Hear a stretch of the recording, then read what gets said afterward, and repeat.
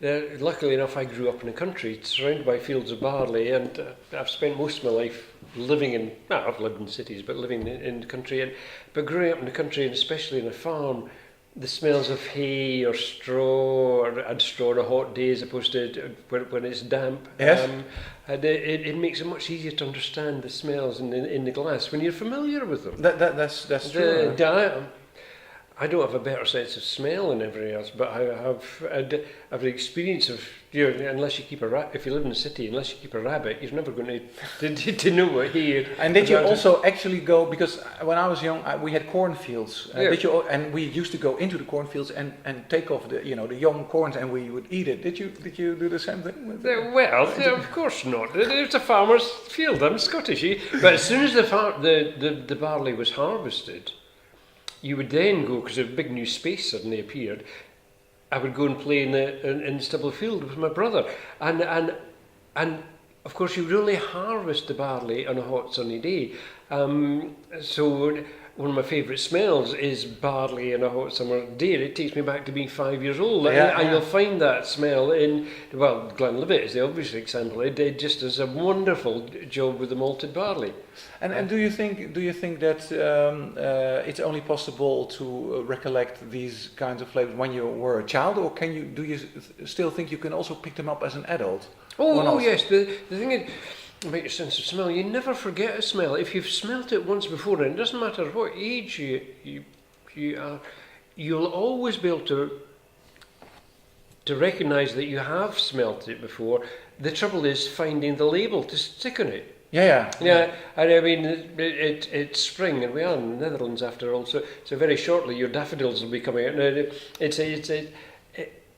It's a question that I ask myself every spring, and nobody's ever tried this, but if you blindfolded me and put 20 different flowers under my nose, if there was a daffodil, I would pick it out every time.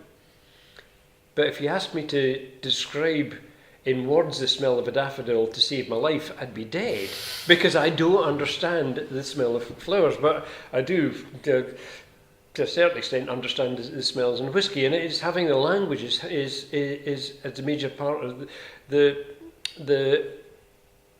process to understanding the smells and to teaching them. So very much when I approach a whiskey, I try and think myself through what's happening in the distillery and during maturation, and try and link up what I'm smelling in the glass to what has happened in the process before. Yeah, and it seemed to be an approach that works, because they keep paying me to come back here every year. And you might think I'm going to spend 3 minutes talking about how wonderful Whisky Festival North Netherlands is, and actually, I'm not good enough. But you do like coming over here, or not? I mean, I love it. And one of the things, and it's quite obvious, is the whole atmosphere of the festival is coloured by the fact it's not for profit. Yes, that's one. Yeah, and people do it because they generally want to be involved. Yeah. And there's so many friends here, and so many people you see year after year that I only see here. Because I don't spend my whole life going to whiskey festivals. This is the only place I'm. No. But you also were at the whiskey school. Yes. As a teacher. Yes. So again, my particular skill, for what it's worth, is understanding and teaching the smell and taste of whiskey. So you would say that climate is an important factor, because, for example, if you look at Taiwan and India, where they make quite good whiskies also these days. They have America. I'm back to that 500 years of practice bit.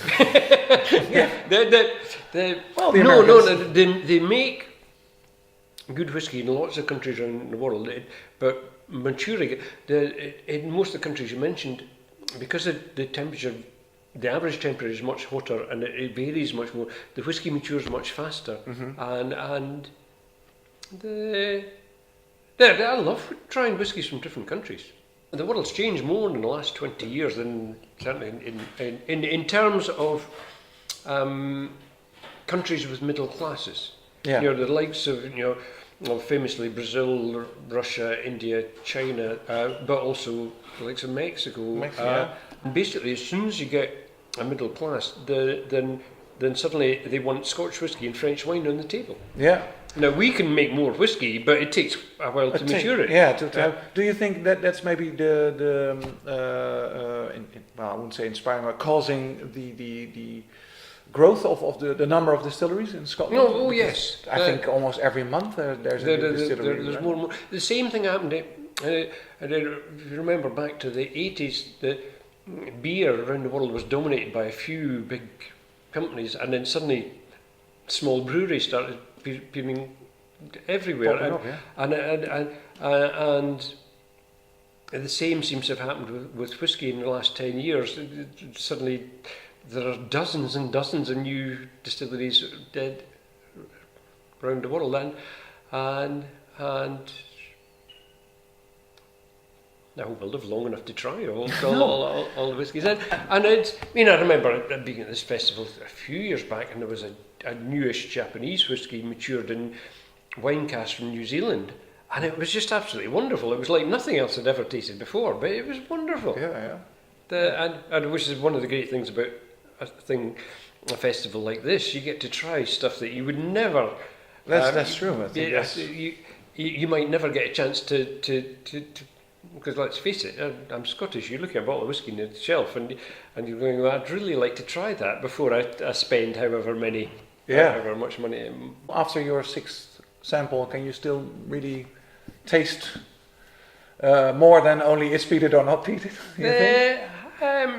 Well, again, it's down to practice, and again, what I said earlier, I don't have a better sense of smell, but I've got more practice, and that's the key. That's good then. So practicing festivals are good to yeah. Well, there's a chance to try a lot of things at the same time. I mean, none of us, with the best will in the world, it's very difficult to compare something you have in a glass one week with something you had a week ago. Yeah. It's very easy to compare it with something you had in a glass half an hour ago. Yeah, so you can have the glasses. Yeah, and one of the things I'll do here is, for example, is get people to take 2 glasses, the same whiskey, one straight, one in water, go back and forward. Because normally you would only ever have 1 glass. You try it straight the first time and with water. But with 2 glasses, you can go back and forward. It's much easier to understand what's going on. And all of us are much better at identifying differences in smell than we are identifying smells themselves. And I can remember from whiskey school that you also taught us to smell like this. Oh yeah, well. That was you, wasn't it? Oh yes, yeah. Well, that's a funny sensation. You think, wow. It doesn't work for every whiskey, but some. And then you pick up some molecules. Yeah, well, now even. Yes. But from empty. It just makes logical sense. I mean, all the different molecules that give the whiskey a smell, they can't possibly evaporate at the same rate. No. That would be ludicrous. So, and the problem is the glass up here, there's so much information. It's like information overload. So you start down here, and if there are later fruitier, and quite often, if you get apples, pears, honey, that kind of fruity, that comes from a slow fermentation. But those smells could come up first, and up here you've got so many different smells. It's very difficult actually to separate them. So you would always recommend start but like this. Well, it looks funny. Oh yes, how you do it, doesn't it? Yeah, but you find even now. Yeah.